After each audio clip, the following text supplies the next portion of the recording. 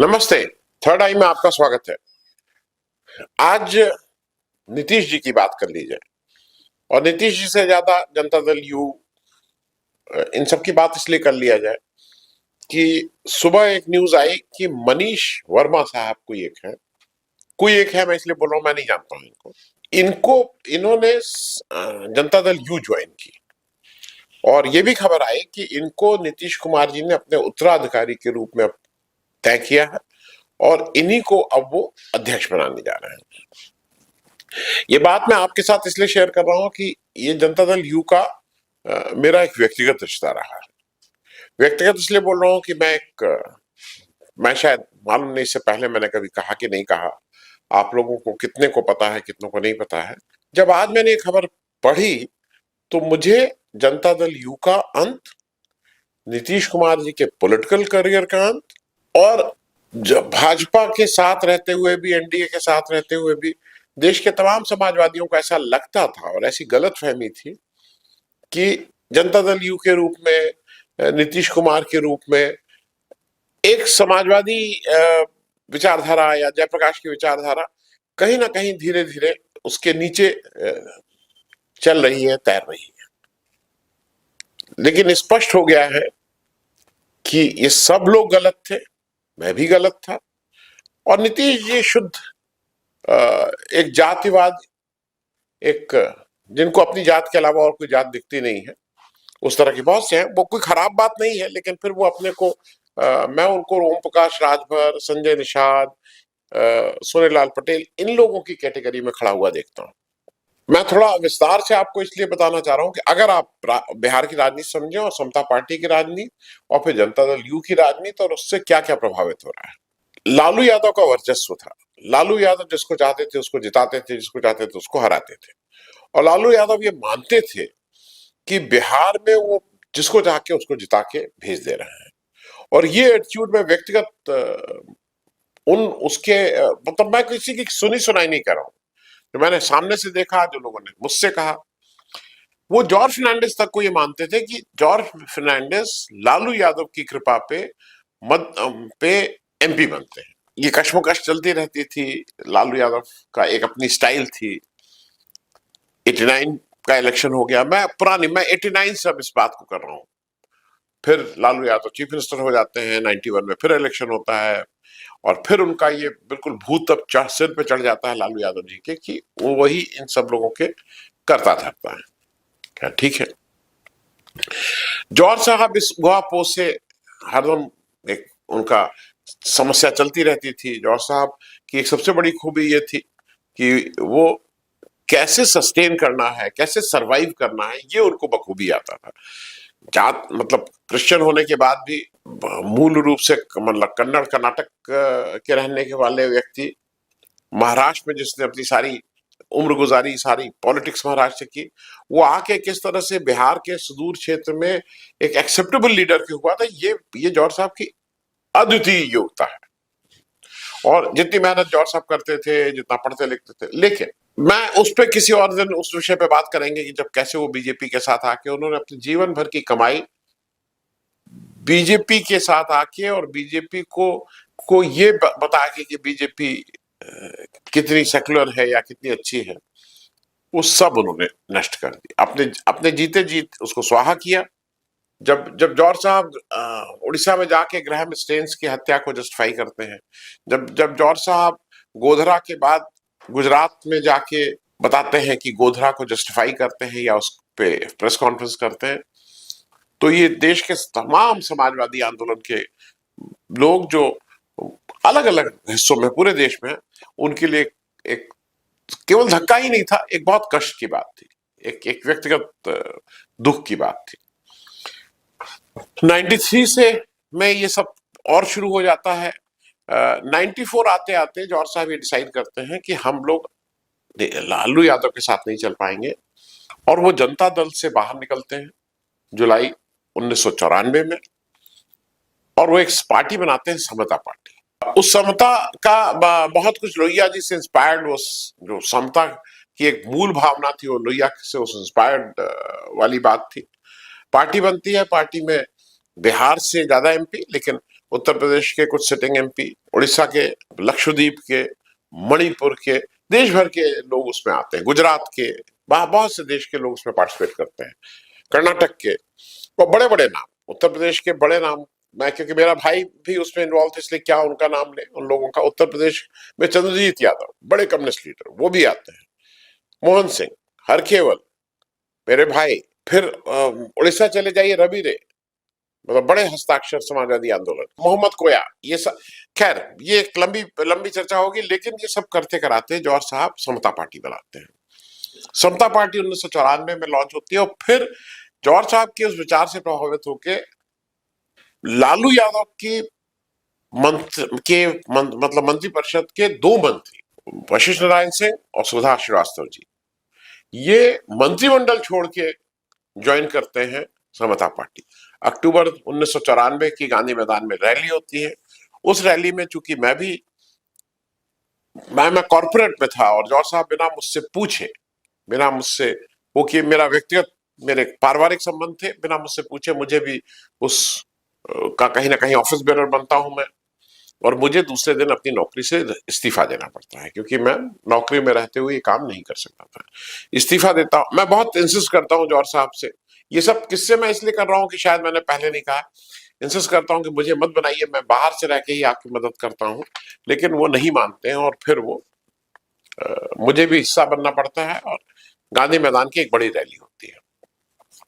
मेरा नीतीश जी से व्यक्तिगत तौर पे उससे पहले जान पहचान थी, लेकिन व्यक्तिगत तौर पे वो एक समय ऐसा था कि जब मैं नीतीश जी के से मेरा बहुत उठना बैठना होने लगा, क्योंकि पटना में जाके वहां कैंप किया 1 डेढ़ महीना, रैली की तैयारी की। 1994 अक्टूबर 94 में वो रैली हुई गांधी मैदान में। इन सबके बीच मुझे एक नीतीश में हरदम लगता था, एक पढ़ा लिखा व्यक्ति, एक इंजीनियर आदमी, ये सारी चीजें उनकी मुझे अच्छी चीजें दिखाई देती थी। चूंकि मुझसे थोड़े ही बड़े थे, तो एक व्यक्तिगत, मतलब अब इस समय चूंकि वो चीफ मिनिस्टर हैं, तो दोस्त क्या कहना, बहुत ज्यादा गहरे रिश्ते हो गए थे। उसके बाद मतलब 94 से लेके 95 बिहार एक समय ऐसा था कि हफ्ते के 4-5 दिन साथ ही गुजरते थे, खाना दिन का साथ होता था, एक बहुत क्लोजनेस थी। उसके बाद मैंने जब 95 का इलेक्शन हुआ, बिहार का इलेक्शन 1995 बिहार स्टेट असेंबली का इलेक्शन हुआ, वो हम लोग बहुत शिद्दत से लड़ रहे थे। इलेक्शन लंबा खिंच गया, क्योंकि सेशन उस समय चीफ इलेक्शन कमिश्नर थे, कुछ बेमानियां हुई थी, तो जो इलेक्शन 1 महीने में होना था, वो करीब 2.5-3 महीना खिंच गया। मैं उस इलेक्शन को कोऑर्डिनेट कर रहा था।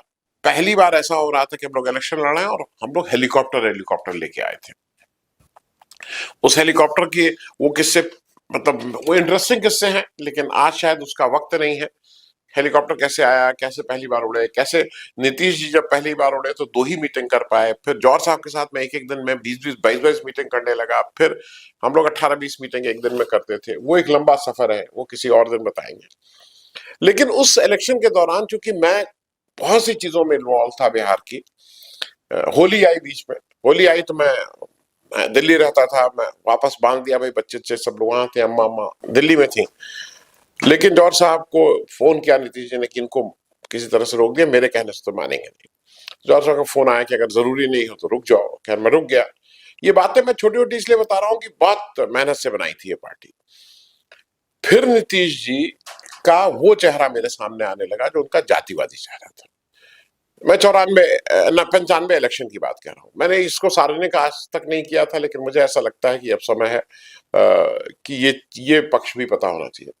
नीतीश जी अंदर से बहुत ही ज्यादा जातिवाद है, और बहुत ही एंटी अपर कास्ट है, ये भी मैं बता दूं। एक जो उसका एक उदाहरण ये होता था कि कई जगह आते थे लोग कि भाई वहां इलेक्शन करना है, कैंपेन करना है, समय दे दिए। हाँ क्या, दे दिए दे दिए। अरे आनंद जी, इनका कल परसों इनका लगाई नाम। जब वो चले जाते थे, और अगर वो अपर कास्ट के हैं, तो मैं इस क्या नहीं जाऊंगा। तो हमने कहा था आप कहते क्यों हैं फिर। और मेरे इनके काफी झगड़े होते थे वहां इलेक्शन के दौरान। कुछ लोग विटनेस भी हैं, उसमें कुछ लोग जिंदा हैं, कुछ लोग मंत्री हैं, कुछ लोग मंत्री नहीं हैं। शिव कुमार सिंह उसमें एक है, लल्लन उसमें एक है, नीना सिंह उसमें एक है। बहुत से लोग हैं जिनको उस झगड़े के जो गवाह हैं और अभी जीवित हैं।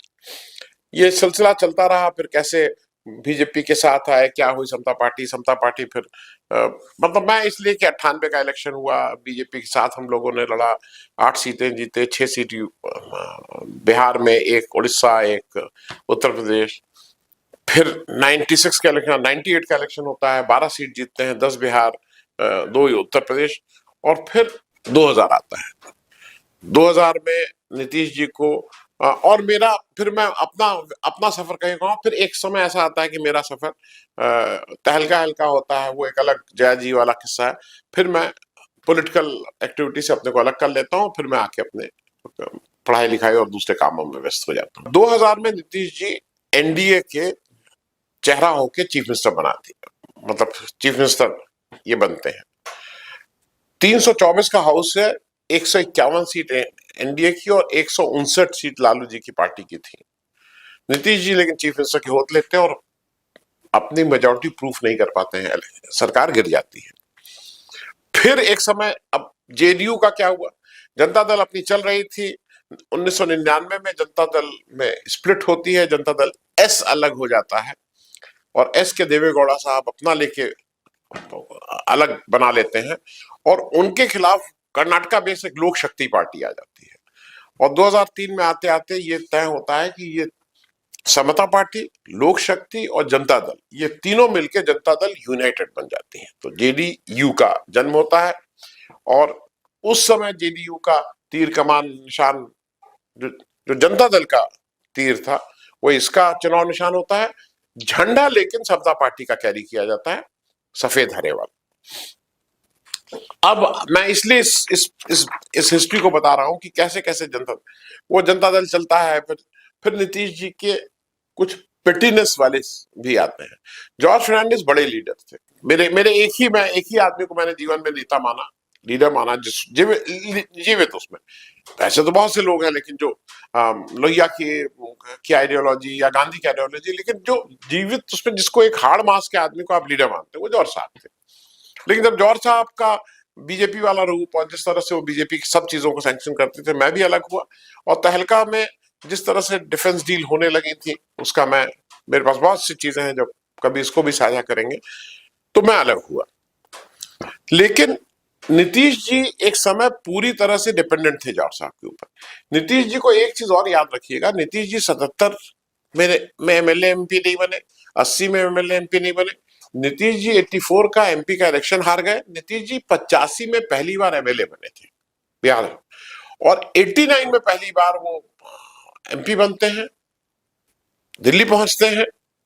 और देवीलाल के साथ, वो जब पहले एग्रीकल्चर मंत्री होते हैं, बाद में जब एक्सपेंशन होता है तो देवीलाल के साथ छोटे मंत्री, डिप्टी मिनिस्टर उस समय हुआ करता था, एग्रीकल्चर बनते हैं। सफर यहां से शुरू हुआ है, कोई इनका 77 का सफर नहीं है।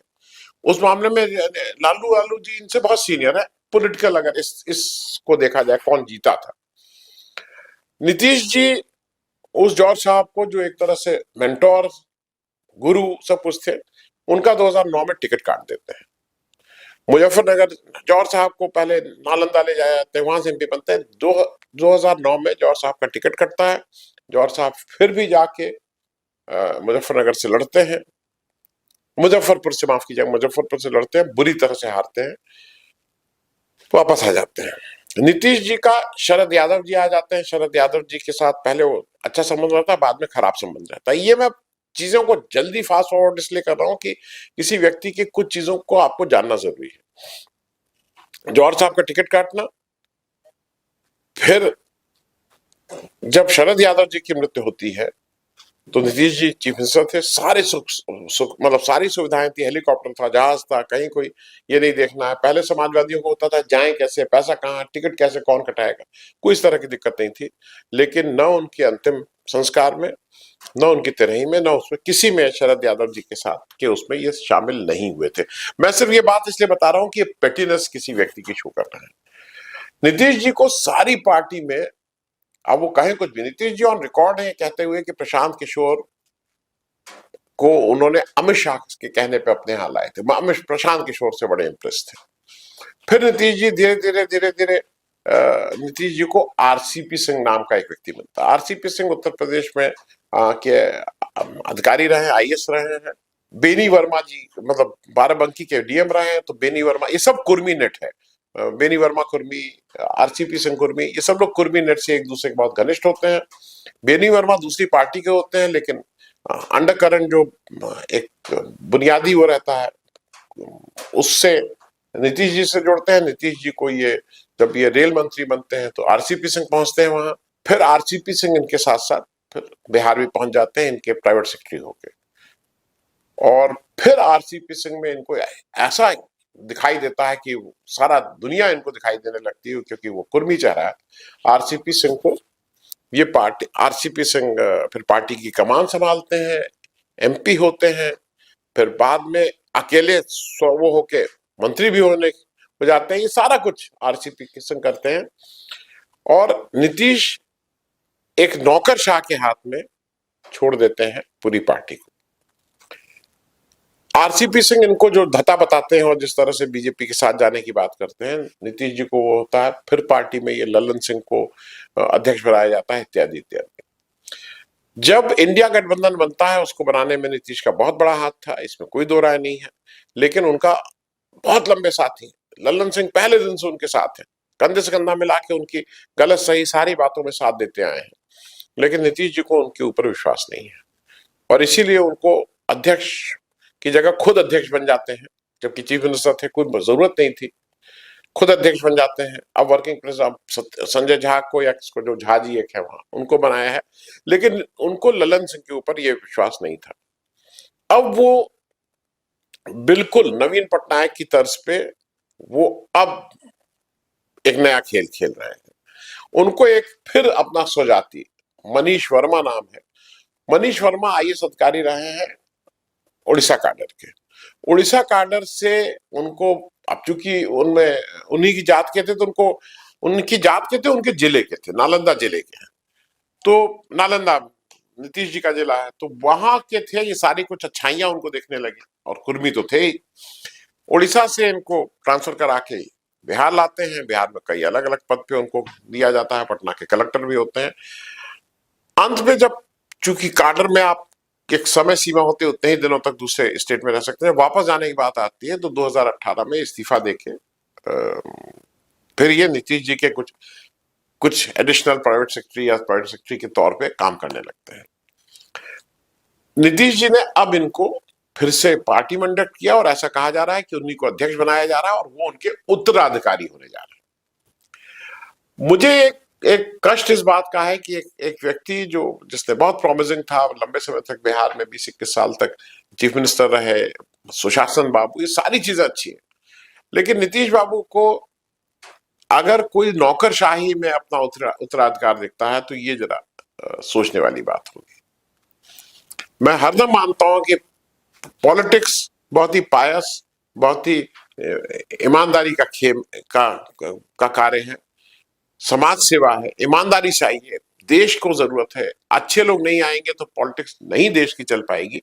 ये सारा कुछ होने के बाद भी आपको पॉलिटिशियन और नौकरशाह में फर्क करना होगा। नौकरशाह एक दूसरी तरह से उसकी ट्रेनिंग होती है, हुक्म बजाने का काम होता है।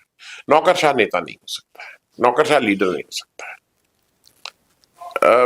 मैं ये जनरल स्टेटमेंट दे रहा हूं, मैं ये कह रहा हूं नौकरशाह उस बड़े कैबिनेट का हिस्सा तो हो सकता है, लेकिन वो लीड कैबिनेट को नहीं कर सकता है, क्योंकि नौकरशाह की ट्रेनिंग दूसरी है। नौकरशाह को जब सच सच कहना है, तो नौकरशाह की, इस देश में कितने नौकरशाहों की हिम्मत है जो खड़े होकर सच को सच कह दें। क्योंकि अगर पॉलिटिकल लीडरशिप कह रही है कि ये खराब, ये चीज है, तो सिर झुका के हाँ करते रहना है। अगर पॉलिटिकल लीडरशिप कुछ भी कह रही है, तो ये कष्ट का दिन है उन सारे पॉलिटिशियंस के लिए। नीतीश जी ने उनका उपहास उड़ाया है। अगर वो मनीष, वो किसी को बना देते, वो किसी को अपना उत्तराधिकारी बना देते, कोई नहीं पूछता, लेकिन अगर वो एक नौकरशाह को, और वो भी सिर्फ इसलिए कि वो उनकी जात का है, बना रहे हैं, तो मुझे कहीं ना कहीं लग रहा है कि नवीन पटनायक ने फिर भी अगर अपना जो वारिस बनाने की बात, हालांकि बाद में मुकर गए थे, पेंडियन को की थी, उसके कारण भी और थे, लेकिन इतनी डिपेंडेंस ऑन अ नौकरशाह, मुझे इस बात का अफसोस है कि भारतीय राजनीति कहां पे आ गई है। और मुझे इस बात का एक ज़माने में फ़क्र होता था कि मुझे प्राइवेटली मैं हरदम कहता था कि नीतीश जी के साथ अच्छा था, बहुत अच्छे दिन थे वो जो थे। लेकिन अब मुझे भी कहीं न कहीं ये लगता है कि शायद मैंने भी आदमी को ठीक से नहीं पहचान पाया था। ये व्यक्ति किसी भी पॉलिटिकल पार्टी को लीड करने के लिए ठीक नहीं है। Thank you so much. धन्यवाद।